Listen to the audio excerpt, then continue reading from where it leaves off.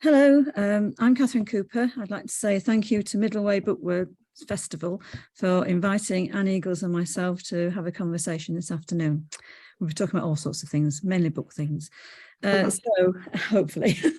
Anyway, I'd like to ask Anne first. Do you want to tell us a bit about how you started writing? Yes, well, it's never been really serious that I've been writing, but I've always liked writing down little stories. I always used to tell stories as a child. We used to go on holiday with down to my aunt's, and we used to go down to Weymouth, and my uncle used to take us to Smuggler's Cove and used to tell smuggling stories. And my cousin tells me now it frightened her to death, but I don't think so. But I used to write the stories. But since I got writing a little bit more seriously, I suppose, it was all to do with, I was writing about this animal called Tiny, this dog called Tiny, because I found that if I wrote about a dog being mischievous, I could get him to do all sorts of things that I knew a child couldn't do without getting into terrible trouble or hurt or something. So that's what I just wrote them down. I didn't really think about getting them published or anything, just wrote them down. I used to write diaries when we used to go on holiday camping. They were quite funny. Well, only simply because of the things that were in the diary, really.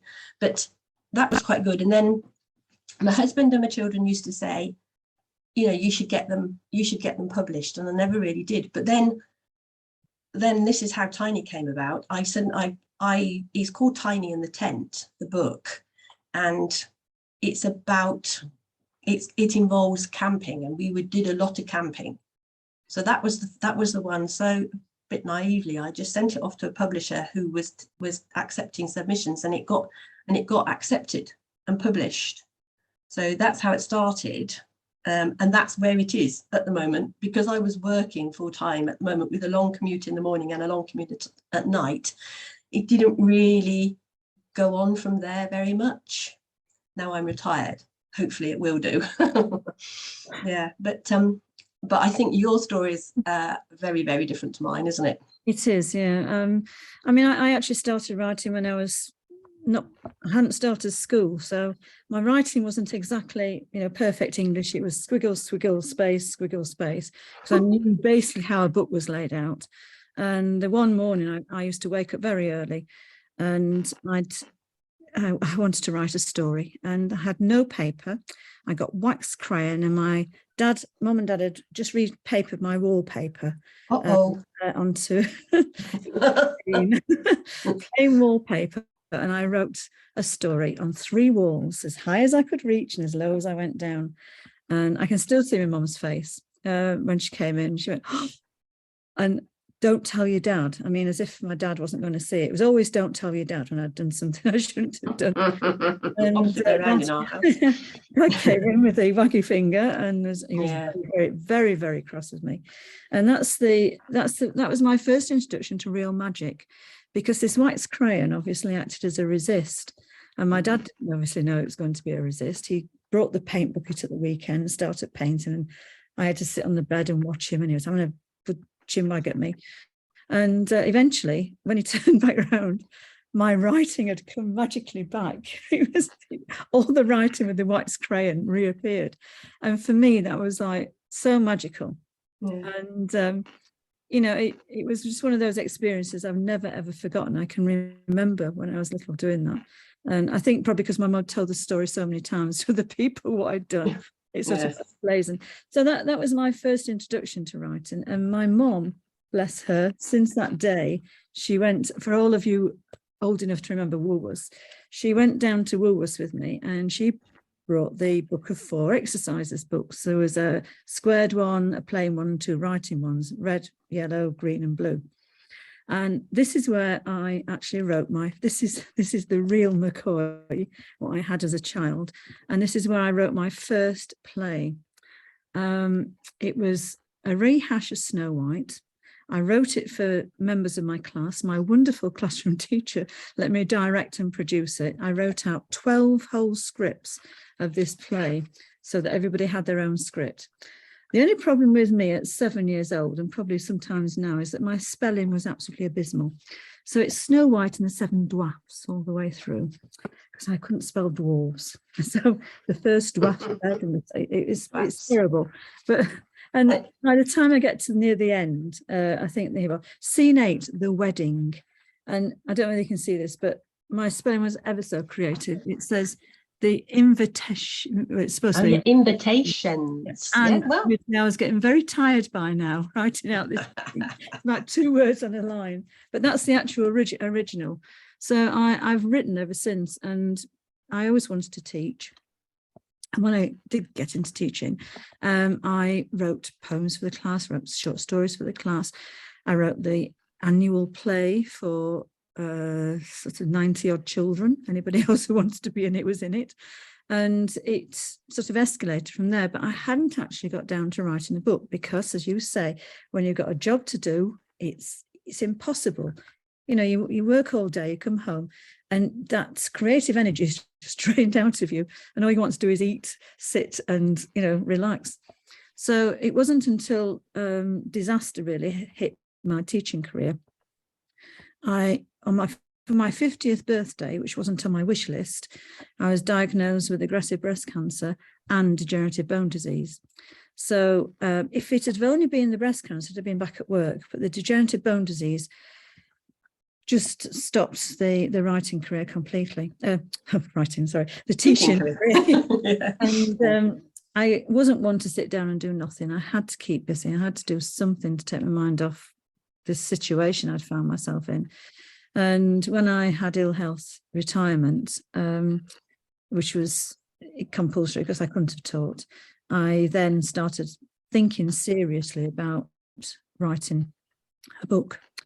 And I didn't want to write, I like writing long stories. You write short stories. Yeah. I like writing long stories. I find that I've not got enough pages to write a short story. I want to carry on and carry on. So I decided straight away, long story. I was going to do a trilogy. So I started planning. It took me about 6 months to plan each part of the trilogy. So it was sort of 18 months to plan it. And then I started writing it. And so that's where I started. And so was that Jack Brenin? Yeah, that was Jack Brenin. And what I didn't realise was that having taught all those years and taught children how to write stories, that the way I was writing was absolutely abysmal. So my first attempt was terrible. And I hadn't got a title for it. The working title was The Good, the Bad and the Ravenous. Ravenous being Camelin. The raven in it, the ravenous, the ravenous. Yeah. Oh, very good. Yeah, that was just my working title. And it was awful. Nobody wanted it. And I don't blame them because I wouldn't have had it. So I took professional advice and did what they said. And apparently what I'd done was I'd actually put two stories into one. So the subplot was as strong as the plot. And what I was advised to do is just extract the whole subplot and carry on with the story. And the lady who actually appraised it for me said that what will happen then is you will see the title will come to you. Don't worry about the title at the beginning, it will come. And when I sat back, finished, and I read through it, the one thread that ran through the whole thing was the Golden Acorn. Golden Acorn. So that's where I started. Oh, yeah. So, can I ask you about the humour? Because I try. You see, you said something about that Tiny can do things that children can't. Mm-hmm. He's the same. He can say things. He's great. He would never allow a child to say. He does get into trouble quite a bit, but he's got that ability not to be human, but he can get away with it as well. So he's not got much sympathy or empathy with other people. He gets better as the series goes on. He really does improve. Does he? Okay. Yeah. Right at the beginning. Because he isn't empathetic at the start. No, he's not. And he does have his moments, but you do actually realise as it goes on, he's got a good heart. Yeah. His heart's in the right place. But no, that was interesting. But I write other series. I've got a sort of a children Hawk and Co, which is that's got a lot of humour in it. Cameron's the humour in the book in Jack Brenin series. He's good. But but the other one, again, has got a lot of humour in. But what really struck me about Tiny was the humour that you've put with him. He's amazing. You've got to tell everybody what you did. It's just fantastic. I loved it. Well, you see, in Tiny in the Tent, which is this one, the cardboard box here is what his humans, Tom and Sue, place in the back garden. Now, Tiny is a little bit wary because the last time they brought a cardboard box home and he went straight up to it and had a look at it, out came a very angry cat. And that cat lives with them and is the bane of his life. So he's a bit wary of cardboard boxes to start with. So he sort of sits there a little bit shuffling back to make sure, not because he's scared, but just to give them a bit of space. So what it is actually their new tent. And this comes from when we used to go camping, and because we started off with tents, and we used to, if we could, try and put the tent up in the back garden. So we sort of did complete novices on the campsite, because you see, as soon as you arrive on a campsite, everybody has a cup of tea time.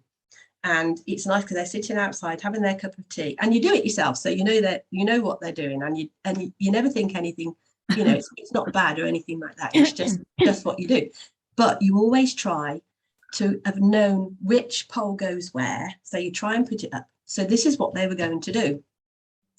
So they put the instructions to one side to keep them carefully, safely, because obviously you need the instructions when you're putting up a new tent or when you're doing anything really.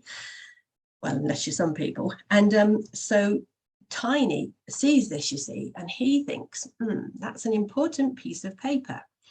And he sees a way that he could be helpful, because his whole aim in life is to be helpful.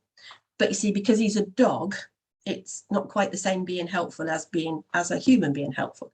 So he sees these instructions and sees his way of being helpful, plus getting back into their good books, because he woke the baby up earlier, because when they tipped the tent out, Scratch the cat ran in front of him, made him jump backwards in fright because he didn't know what was coming out of the box, and he knocked the pram and woke the baby up. So to get back into their good books again, he thought, what a really good idea was to hide these instructions safely where he hides his bones from the cat. So, because that's the obvious thing to do, you see. So he takes them off and hides them. Tom and Sue, his humans, they don't see him do this. He takes them off and hides them in the garden where he buries his bones to keep them safe from the cat as well. Goes back. So as the story goes on, it's not a long story, as you can see. It's only a very short story. And Tom and Sue are obviously struggling a bit. Now, Tiny realizes, because he's a very clever dog, that what they need now is this piece of paper that he's hidden, because they keep saying, where did you put the instructions? And they keep looking for this in the place where Tom had put these instructions. So he then thinks he'd better tell them where the instructions are. And this is where it starts to go really wrong, because he tries to tell them where it is. They tell him to be quiet because he's being a nuisance. He then goes over to dig them up and gets told off for digging in the garden because he gets seen this time. He walks back over the tent in his muddy paws, gets told off for doing that. Eventually he ends up back in his kennel again, same as normal, and it's all due to the cat, of course, nothing to do with him being helpful. But that's basically a story of how he goes. And because he's a dog, he can get away with all doing. I mean, obviously a child wouldn't dig in the garden and bury them. I don't know. I presume a child wouldn't dig in the garden and bury them. But but there's that one, and then there's other stories that I've got in my mind of how what dogs do.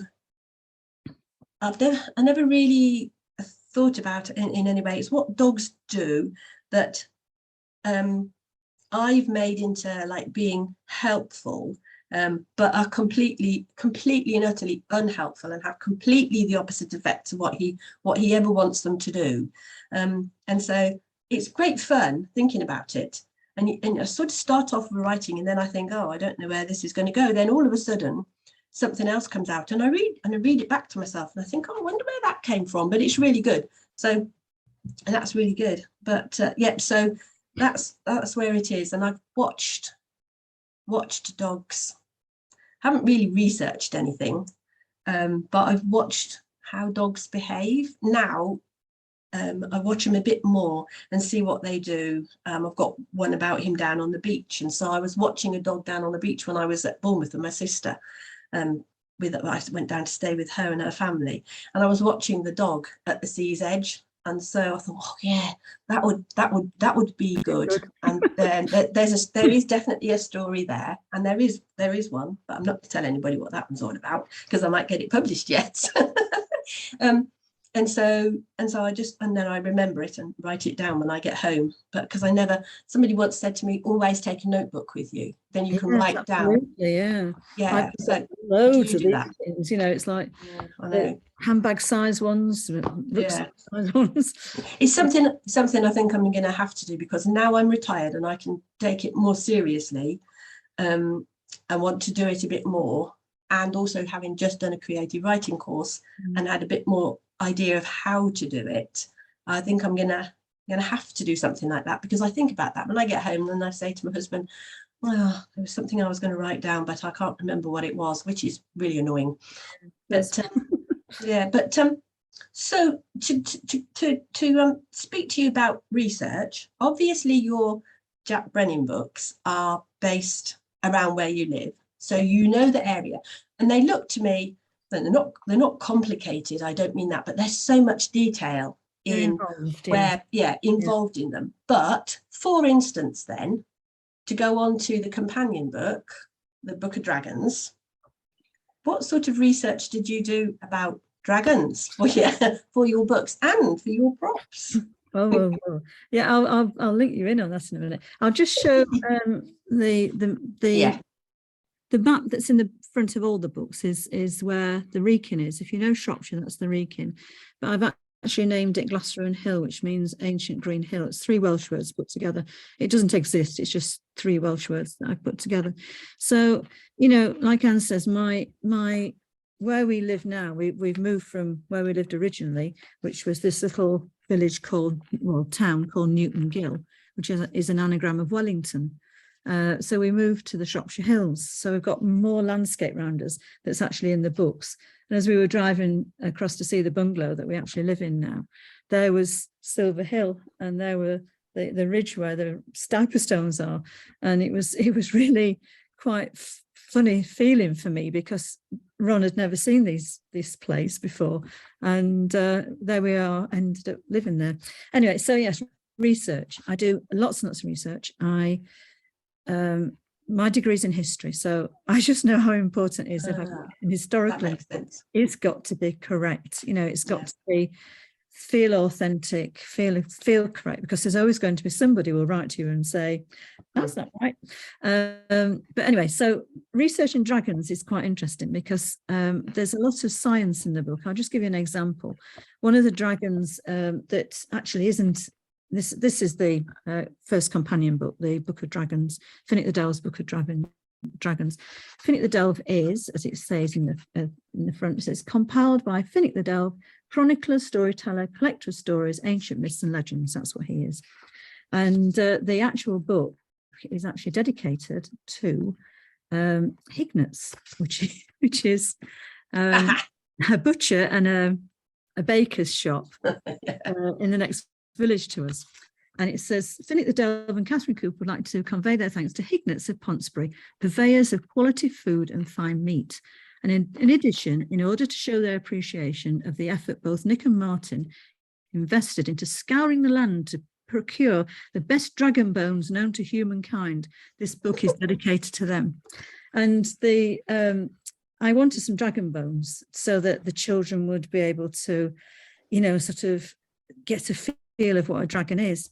I brought the little one to show you, because the big one is 11 foot.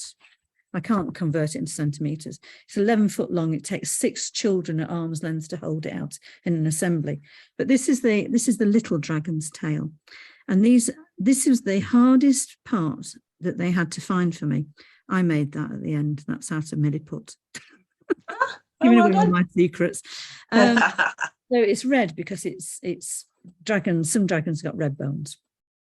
And they'd got me tail after tail of oxtail that I cooked, picked, sterilised, dyed, and then sewed onto this long thing for this 11-foot tail.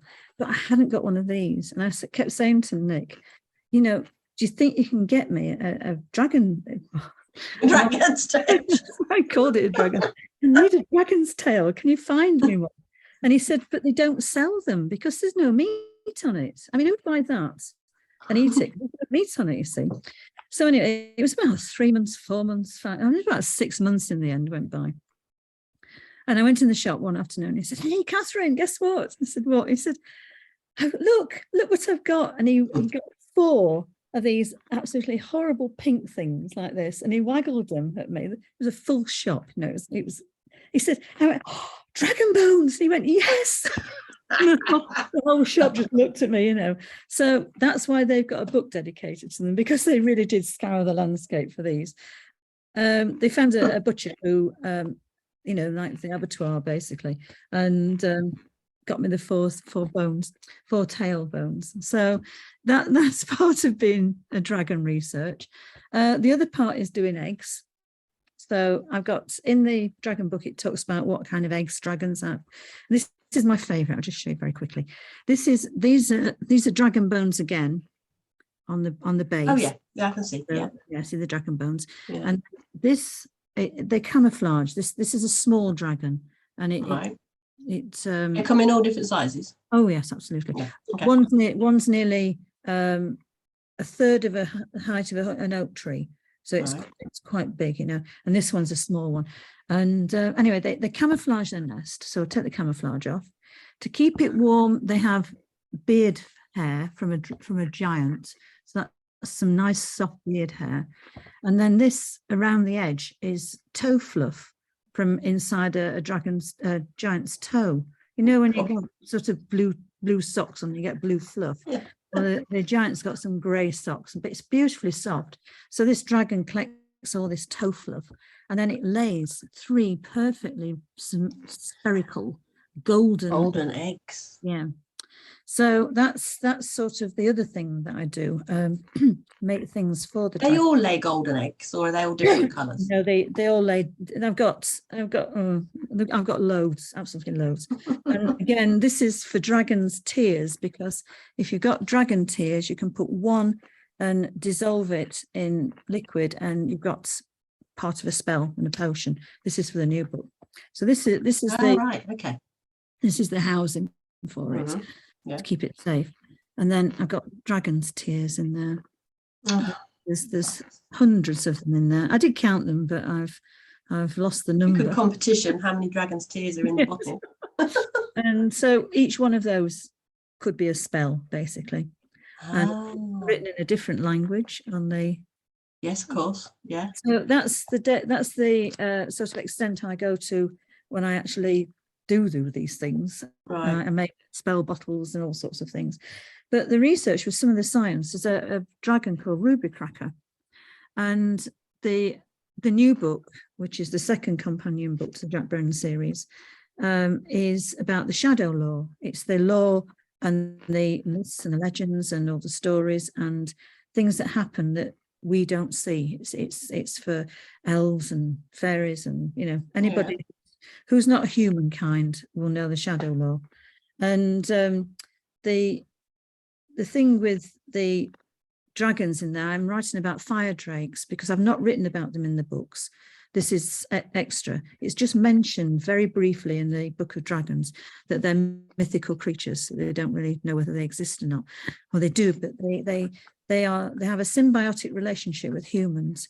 Humans have always killed dragons, but these fire drakes are special. They've each got skills. And if a human protects it, they will help the human. So some of them can write with their tail because they've got a pointed tail. They've got no legs and no wings, but they've got a beautiful tail. And Ruby Cracker ends up working with a jeweler. He works in, you know, gems and precious stones. And in real life, if you fire a ruby, it becomes red, a nice red. If you double fire it at a high temperature, it becomes intensely red. You know, so it's going to give it more depth and make it more expensive. So Yes. Ruby Cracker, because he's got fiery breath, the jeweler fires it once himself to get it how he wants it, and then Ruby Cracker, you know, so Yeah. that is, you know, genuine science that goes in with the book. And there's a lot of reality in the book, but just shifted to dragons. And who's going to tell me I'm wrong? Because that's it. Dragons are mythical beasts, and you know, it's just nice to be able to write about something and let your imagination go wild, you know. But your imagination is going wild, but the basics are truth. That's reality, isn't it? So they shed the science or the history. Both. They shed the skin, and so I make little books out of dragon skin. No dragon is harmed with these because they shed them. They shed them, yes, and then the druids come along, and I come along and pick the skin up and make some, you know, nice little books out of them. And fireproof, which is even greater, because, you know, you know, it won't. Oh yes, because it wouldn't do if that dragon wasn't fireproof. Exactly. Yeah. No, yeah, of course. Yeah. And then you get stupid things like this. Where I have to do Tiny Meets a Dragon. No, that might be. Yeah, no. And no, then, you know, props like this that could be a horn, they could be, you know, antler things, they could be on the nose. So, you know, it's just, I just love the depth that you can let your imagination run riot. It's nice, because after the books, which are very intense and very exact in a way, because I plan meticulously. That was sorry, excuse me. That was is that too bright? I can see it's all right. It's a bit bright, but it's okay. It is a bit bright, isn't it? Yeah, don't worry. That was one of my questions was going to be what is your structure of your day? What is your planning? Because at the moment I don't really have a structure to my day or any particular plan to what I'm going, you know, how I'm going to work on my next books. I've got some written, but I know I need to flesh them out, especially following my course. That's really given me some idea on how to do it, even though they're shorter stories, which is another dilemma, but I'll ask you about that in a minute. So it's how do you structure your day? What do you do? If I'm planning, I'll tell you how I plan first. I've got a huge piece of wallpaper. Wallpaper again. You've got to think about wallpaper. So I got I tear off what I think will be as much as I need, and I pin it up, and then I start planning the book. You know, what I need in it, this, that, and the other. Then on the second piece of wallpaper, you then organise it a bit better. You know, so like that's got to come before that bit. Right. So do you just bung all your ideas down then on the first bit? Yeah, and I found out that I can't do it in a book because there's that many ideas for a book. Okay. You know, so it just takes a big piece of paper, and wallpaper, back of the wallpaper obviously is a real place for me to write. When I get to that stage, I then do it into a secondary book, which is usually one this size. This is for the next book, so that there's also this. If you see bits of paper fall out, don't worry, because I know where they're going. Good. I was going to say, don't lose anything out of its place, for goodness sake. So this book, I've got the illustrations have actually been done already. So I've got in the last Jack Brenin book, you come across as soon as they get into a noon, which is the Celtic otherworld, you get the carnix, the great long horns that the Celts used to blow, and they look like this. Oops, Daisy, wrong page. They look like that. Right. And there's a real picture from a real cauldron of them playing. There's a gentleman who's actually, this is the fantastic research, you know, I love it.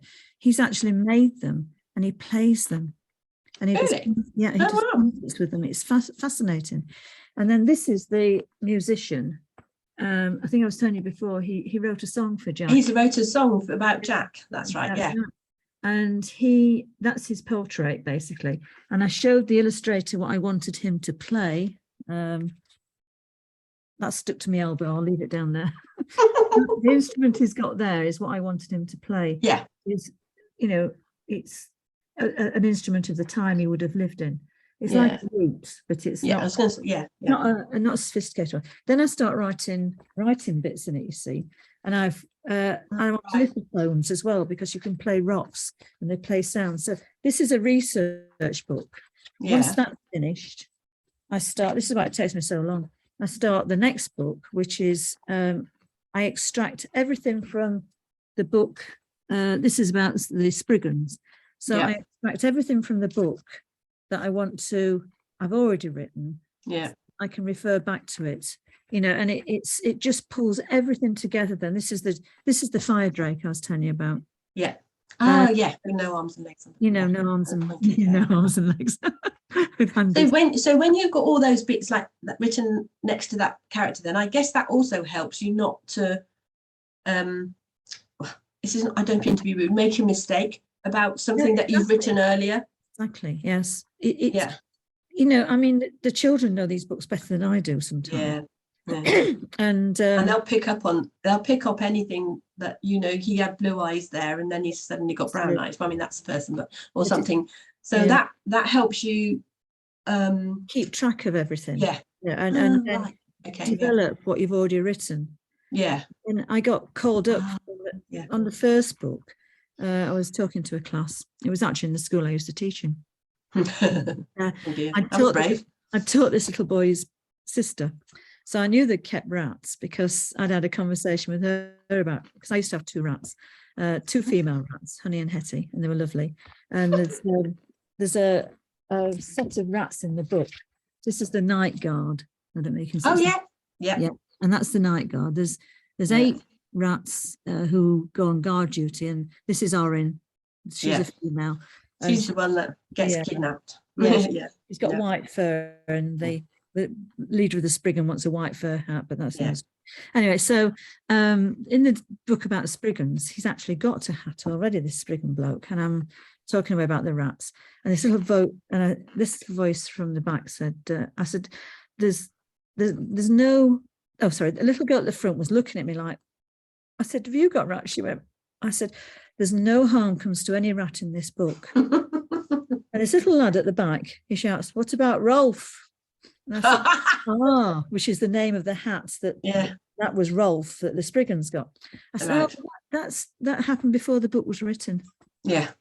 Oh, quick, good save there. You know, of all the things that they could have picked me up on, it was about the hat. Anyway, so you've got to be really careful. And I find that once I've got the bare bones of the plan, it all falls into place then, you know. And unusually the illustrations have been done before.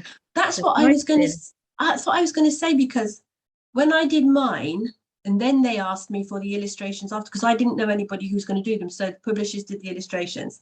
Took 3 different illustrators before I was happy with how the people, how the dog and the people looked. But because I even sent them a picture of how I envisaged Tiny to look. You see, so they didn't do too bad. His tail's not long enough, but there we go. So, but for something. I suppose it could work either way, couldn't it? You could have the illustration and then work the story, but like you've got it and then work the story, or else then work the illustrations in. But as this is for smaller children and it's got like illustrations on each page, they came after it was all written. But they did ask me exactly how I wanted all of them to look, and so it does look exactly how I envisaged it in my head.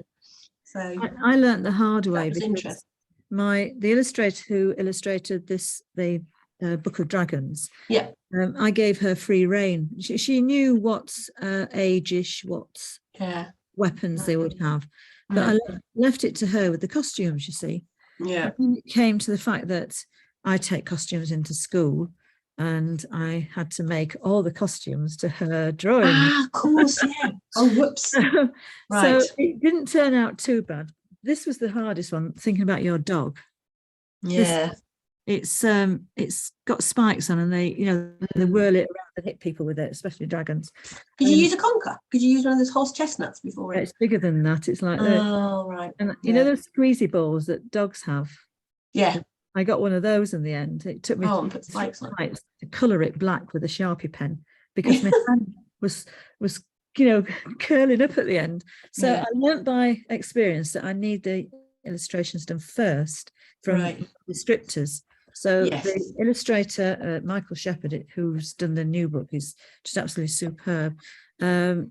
He got my descriptor, and it was like looking in my head. When I saw what he'd drawn, it was like, that's just how I envisaged it. He said it was because my descriptors were good, but he's got, it wasn't just that. He's got a feel for it.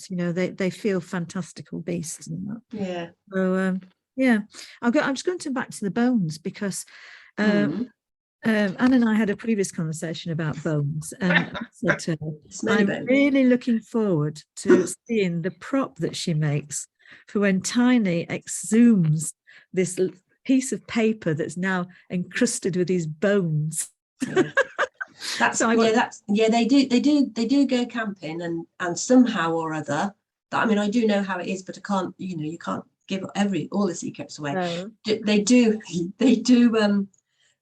the bones do end up going camping because he thinks Scratch is going to stay at home, so he has to dig up the bones and hide them in his basket to take them camping with him, so as Scratch doesn't find them.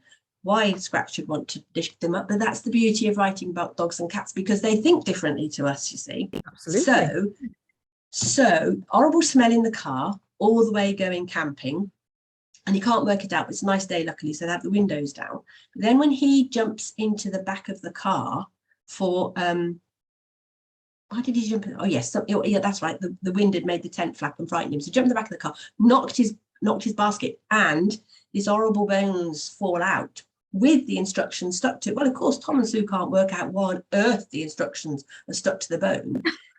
And Tiny could tell them, but he's a little bit miffed with them because they haven't wanted his help in putting the tent up on the campsite. Every time he's tried to help, they sort of put him away and tied him up in the corner. So he's not going to tell them how the instructions got stuck to this bone. But that's what you were saying. But you see, I'm going to have to cultivate my butcher up the road. And it'll have to be a big bone that a dog would normally eat, and then it's going to have some stuff, all the mucky stuff and the bits of dead leaves and things stuck to it, and this grubby piece of paper. Make sure it's big. You've got a pan big enough to sterilize it, though. Oh yeah, that's a thought. Yeah. I might have to fit the bone to the pan. Yes. Take the pan in and say, can I have got a bone to fit this pan? And if you think I'm strange, my friend has dragon bones. Yes, that's right. Yeah, that's what I could say, isn't it? Yes, when everybody looks at me and then watches carefully to see where I'm going so as they don't go anywhere near my house. Yes. So that's for another story, because that is my next dilemma. Is I've done this creative writing course, which was really, really good. Well, I found it was really good. And it's all the structure of the novel, which I hadn't really even worked out, because I read avidly since I was able to read. And I've always, I suppose you read the story and you take it all in, and the conflict and the resolution in each chapter without really thinking about it until you do this course. Then it tells you that's how it's done. But then I had to adapt it a little bit, because I don't write great big long stories like that. Not sure whether there's a long story. I don't know how authors know whether they're instinctively short, or whether I can then learn how to write a longer one. I'm not sure. But I'm not sure what to do with all the rest of the tiny stories. Do I now make them into like a compendium, and having just read to Sophie, my granddaughter, when I'm there on Monday nights, she's been reading Amelia Jane Gets Into Trouble by Enid Blyton. And so there's all those chapters. They're all standalone chapters, but they've all got the same characters in, obviously. So either Tiny has all these different ones, but all the story that I wrote, when I first wrote it all, I just wrote it all in one great big long one. So it all followed on. So I don't even know whether to go back to that and make it into into a longer book. So Well, it's and so the beauty of that is that, because like this is what I was sort of saying to you earlier. yeah, The Hawk and Co book is what you would call it's a chapter book, but yeah, it's very much like what you've described, because you've got the stories that follow on. yeah, You've got the same characters in, so yeah, a child can read a chapter and not have to worry about remembering where it got to, and yeah, then yeah, and then you're on to another yes, bit. So yeah, do you want to produce a book that big, or the ones you've got that big? Or yeah, my only problem with me is I didn't know how to do an omnibus, with no, 3 right, books in, and if I did, it causes a larger book, which is larger only for posting when you have to post them off to people. yeah, And, it just, I don't know. I understand your dilemma, and I think the only way you'll find out is to try it. Try yeah, it both ways, because that automatically gives you a bigger book. yes, You I know. And is about that going to be more it. attractive, do you think, a bigger book like that, rather than just one more story? Because there are lots more stories in my head. There are 3 more stories written, which I am now going to relook at when I start my New Year's resolution and get it all right and get a plan and everything. Because November and December are so busy. Talk about being retired. But so, because there's more, and then if I sent up this one, I just wanted to, I've just got to work out what is going to be. I suppose really the best thing to do is to look at publishers or agents or whatever and see what they're actually looking for, because there are more and more stories for children, because it's written for children between the ages of about 6 and 10 book. So, Sophie, my granddaughter, she'll be 7 in 11 sleeps, as she told me. She's reading this Amelia Jane Gets Into Trouble and loves it, because she can read a chapter or get it read to her at night, and she reads really well, actually. But then that's it, you see. And as you say, she doesn't have to remember back to what it is.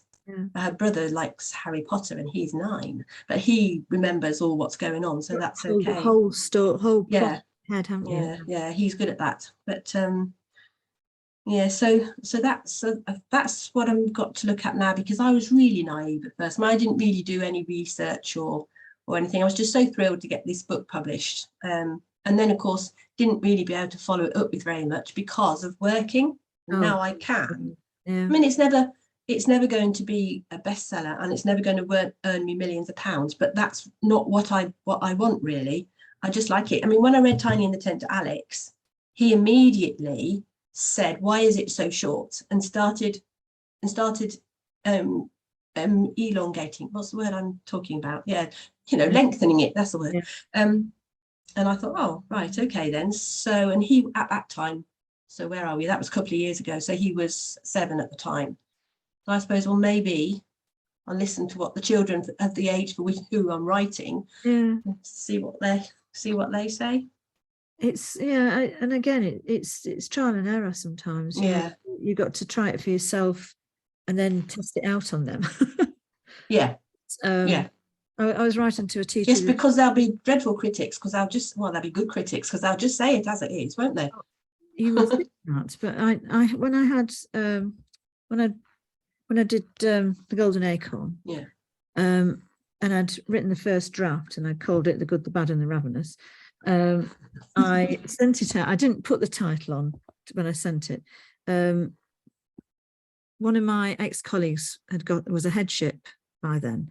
And I said to her, do you think we could approach some parents at your school so that the children could, read the draft for me? All right. And actually, give them the feedback.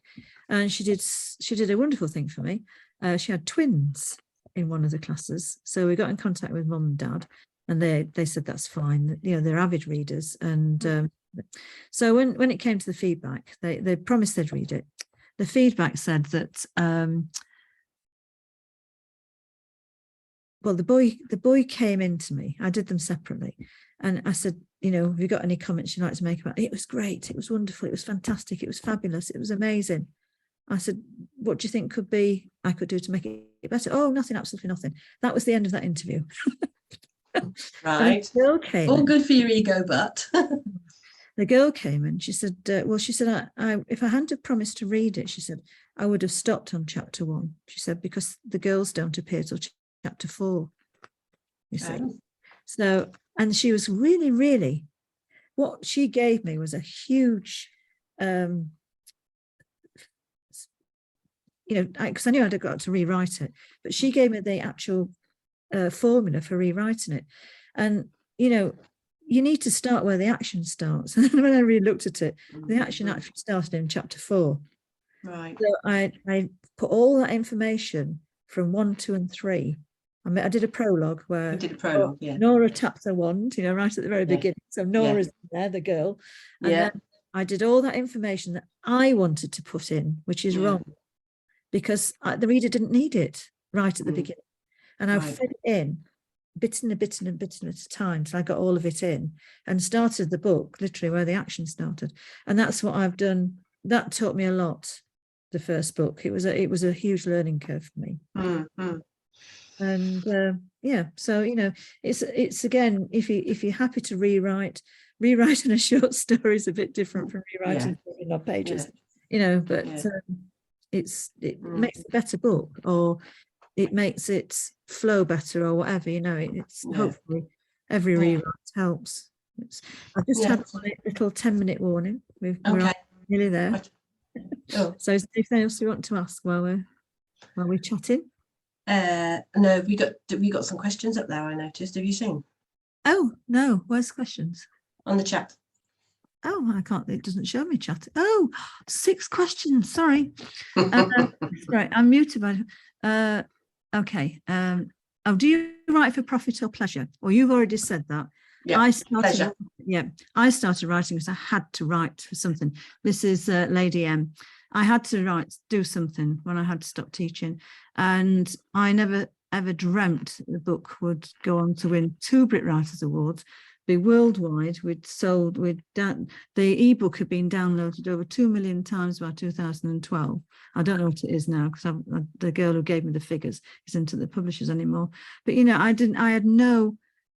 still not rich. It doesn't, you know, it's wonderful, but you know, you don't make a huge amount of money from that. It was definitely that's never been the intention whatsoever. I mean, if you get a few royalty checks, that's nice. But no, it was just I just enjoy writing it, and I thought, well, it would be really nice if I saw a book of mine published, basically. And now I've got the bug and would like to write some more. Yeah, and I just needed to get back into school, and I knew that if I could write the best book I could possibly do, I could get back into school. Next one. Have you ever attempted writing in the genres?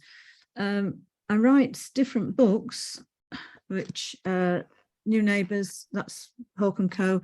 That's Ariadne. She time travels in a time machine. You know, every good uncle should have a time machine in the basement. Uncle Jasper's got one in his. I mean, I wish mine had got a time machine in his basement. He didn't. I haven't even thought about it, to tell you the truth. But the time has come. But not having a time traveller, writing in other genres. Next question. What's the best piece of advice you have been given? Mine was work with an editor. What advice would you give to a new writer, Anne? What advice would I give to a new writer? I think what you need to do is befriend a really good writer yourself, as I have managed to do, because you've been so helpful. I think you definitely. I wouldn't advise that. Well, no, I would. The creative writing course that I went on was really, really good. It tells you how to write a novel. It shows you how to write a novel, how to structure it. It goes all the way, the one I've just done, that goes all the way through to editing, publishing. The last one I've done, because I've just finished it now. Publishing your content was the last one. It goes drafting, editing. It does suggest that you write, that you work with an editor. And I think you would have to work with somebody to edit your work. You cannot believe that the work that you write is going to be the best bit of writing that everybody's going to read, and for somebody else to look at it as well will, like you said with those twins, with the little last twin, gave you the idea that you maybe hadn't even realized until you you amended it, and then so yes, somebody to edit your work is a good idea, but it's to try and find out about how to write it. But then, I mean, with these short children's books, I know that I'm not going to be able to follow the whole novel structure. But it has focused me on how to actually write the book, introduce it, add little bits in the middle, how to finish it better off. So something like a writing course, or join a society where you can actually speak to other authors, because they are really helpful.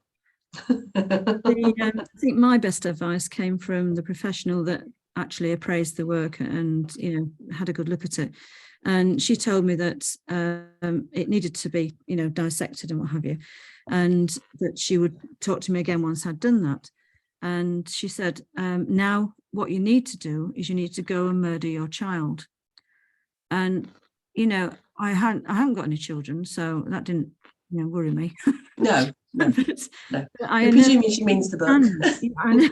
I understand what she meant then, because actually attempting to deconstruct this book, what you spent hours and hours and months doing, it's horrible. And a lot of people I know have not taken that advice and thought, no, I'm leaving it as it is. It's good. And I didn't. I did exactly what she told me to do. Take it away and start from scratch. Yeah. When I sent her the next draft in, what I'd done, she rang me up and she said, absolutely wonderful. She said, is an absolutely amazing first draft. So I had to redraft it again. So the Golden Acorn had 3 drafts. And if you're willing to spend that time and effort on doing it in the first place, I think you should spend the time and effort on making it the best book that you possibly can. And as best you can when you send it out, so that all the grammar's correct, all the spelling's correct. Yeah, that's the other bit of advice that I was given, was try and get it all sorted before you actually send it. Then the people who you want to publish it or whatever haven't actually got to do much work on it.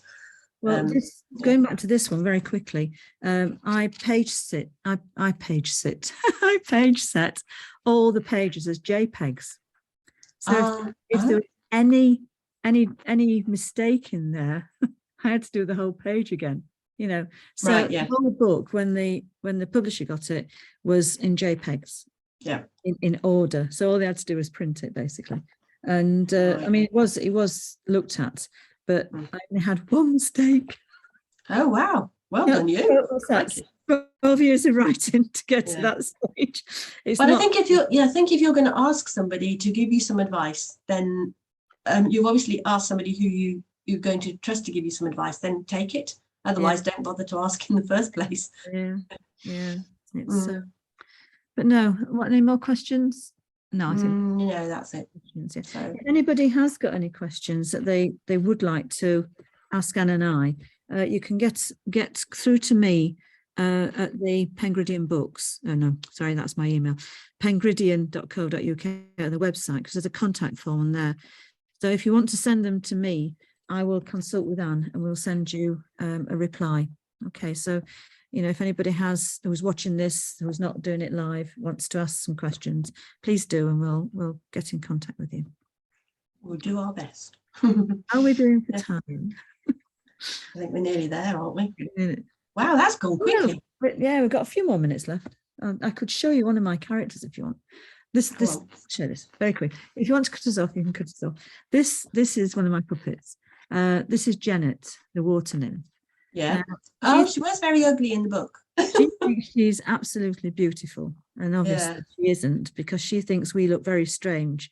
She, beauty is in the eye of the beholder, and Janet's beholding isn't good what she sees, and she's jealous of any other water nymph because she always wants to know they're more beautiful than I am, And this comes from my mom, where I got my character from this, because my mom's brothers were awful teasers to my mom, and they used to say, Jenny Greenteeth's going to get you, because Jenny Greenteeth was a water nymph, and then she would grab children. My mum was terrified of this, and that's where I put this character from, in honor of my mother, of getting frightened from her brothers.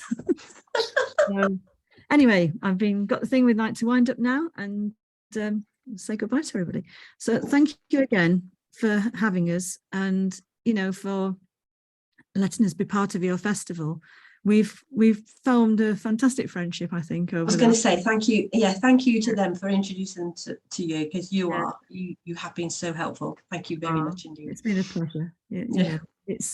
But anyway, but again, thank you, and I hope everybody enjoys our interview.